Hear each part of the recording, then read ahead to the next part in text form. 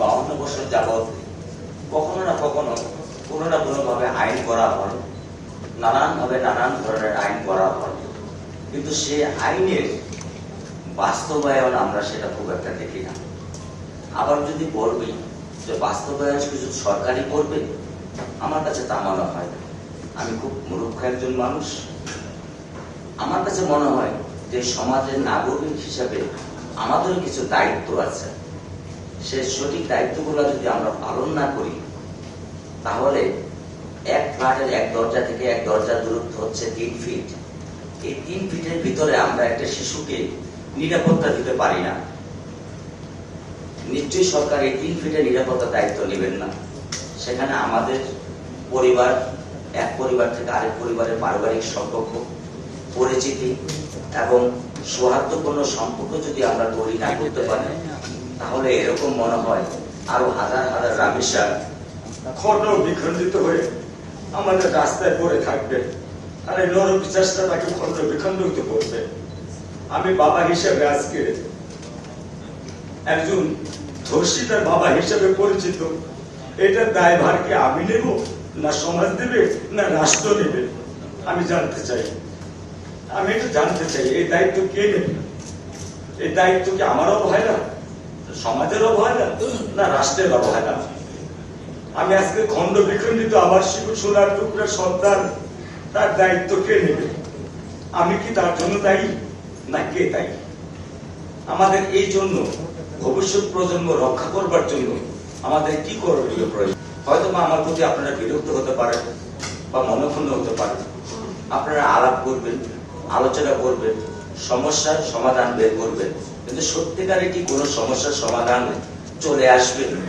ভবিষ্যতে কি আর কোন রামেশা এরকম ধর্ষিত হয়ে, মাথা খণ্ডিত হয়ে, ক্ষত বিক্ষত হয়ে বাবার বুকে সারা জীবনের জন্য ক্ষত বিক্ষত হতে দেবেন? নাকি আপনারা সত্যিকার ভাবে এমন কোন সিদ্ধান্ত নেবেন যে আর রামেশা হাতে ফুল নিয়ে রাস্তায় সে রাস্তায় খেলে বেড়াবে, বাবার হাত ধরে দৌড়ে বেড়াবে, মার বুকে সে বুকের মধ্যে মুখ লুকাবে, সে কোনো ভয় পাবে না? সব পরিশেষ বলবো, কালকে আমার বাসায় একটা বাচ্চা এসেছিলেন 5 বছরের, একটা 5 বছরের বাচ্চা। তার বাবা আমার বাসায় তাকে নিয়ে আসতে বাধ্য হয়েছেন, কারণ তার মেয়েটা পুরো ট্রমা হয়ে গেছে। একটা 5 বছরের মেয়ে, সে ধর্ষণ শব্দটা বলতে শিখে গেছে, কিন্তু সে ধর্ষণ কি জিনিস তার তো জানার কথা না।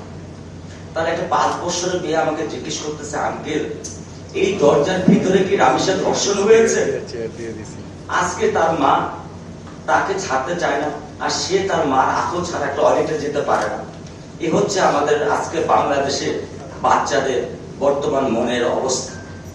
এই যদি আমরা বাবা মা, সমাজ, আমরা যারা বড় নীতি নির্ধারক, আমরা কি বাচ্চাদেরকে এটাই উপহার দিব? আমরা কি এই উপহার দেওয়ার জন্য আমরা শিক্ষিত জাতি?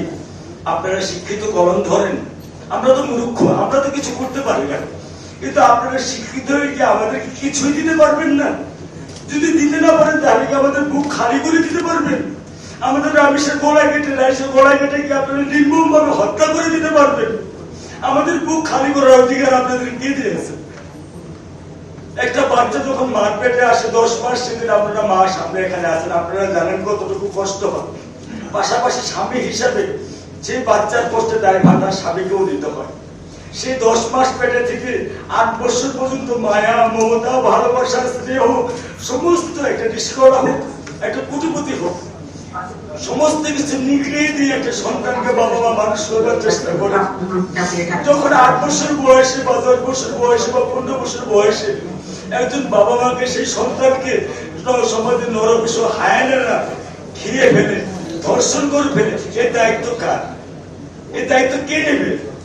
আমরা সাধারণ জনগণ, সমাজ, রাষ্ট্র, না অতি শিক্ষিত যারা আপনারা আছেন এই যে ভুল টেবিল করছেন? আমাকে আপনারা ক্ষমা করবেন যদি আমার ভাষা বা আমার ব্যক্তি বা আমার আবেগ আপনাদেরকে আহত করে থাকে। আমি আপনাদের কাছে বড়জোর ক্ষমা চাই, কিন্তু আমি আমাকে অপরাধ করতে পারছি না। আজকে আমি আব্দুল হান্নান মোল্লা না, আমি একজন ধর্ষিতার বাবা, আমি একজন খণ্ড বিক্ষিপ্ত লাশের বাবা। রাস্তায় বের হলে বলে রামেশার বাবা, আমি তো রামেশার বাবা হয়ে থাকতে চাই না, একজন ধর্ষিতার বাবা হয়ে থাকতে চাই না। আমি তো আব্দুল হান্নান মোল্লা হয়ে রামেশার গর্বিত পিতা হয়ে থাকতে চেয়েছি। আপনারা আমাকে সেই নাম ফিরিয়ে দেন। আমাকে সেই নাম প্লিজ ফিরিয়ে দেন আপনারা আমাকে। আমি আপনাদের কাছে করজোরে আপনাদের কাছে বিনতি করি, আমাকে সেই নামে সেকে ফিরিয়ে দেন। পারবেন? যদি না পারেন তাহলে আপনারা কি দিতে পারবেন? এমন একটা অন্তত সমাজ ব্যবস্থা দেন যে ব্যবস্থা আর কোনোদিন নামেশের বাবা মাদের বুক খালি হবে না, আর কোন বাবা মা সারা জীবনের জন্য কান্নার পথ খোলা থাকবে না, সারা জীবন তারা জীবনের শখ আহ্লাদ চিন্তা লাশ হয়ে থাকবে। আমার স্ত্রী আজকে তো আমার মধ্যে আছে, আজকে 13 দিন, সে কি বলে, কোথায় যায়, কিভাবে যায়, তাকে প্রতিনিয়ত আমাকে টেক কেয়ার করতে হবে। সে পাগলের মতো হয়ে গেছে। আমি জানি না, আল্লাহ ভালো জানি সে সুস্থ হবে কিনা। আমার আরেকটা বাচ্চা আছে, আমি তাকে নিয়েও খুব ভয়ে ভীত এবং শঙ্কিত। আমি আর বেশি কিছু বলতে চাচ্ছি না, বলতে পারছি না। আপনারা আমাকে দোয়া করবেন যেন আমি আমার মনকে শান্ত করতে পারি, আমার পরিবারের জন্য দোয়া করবেন।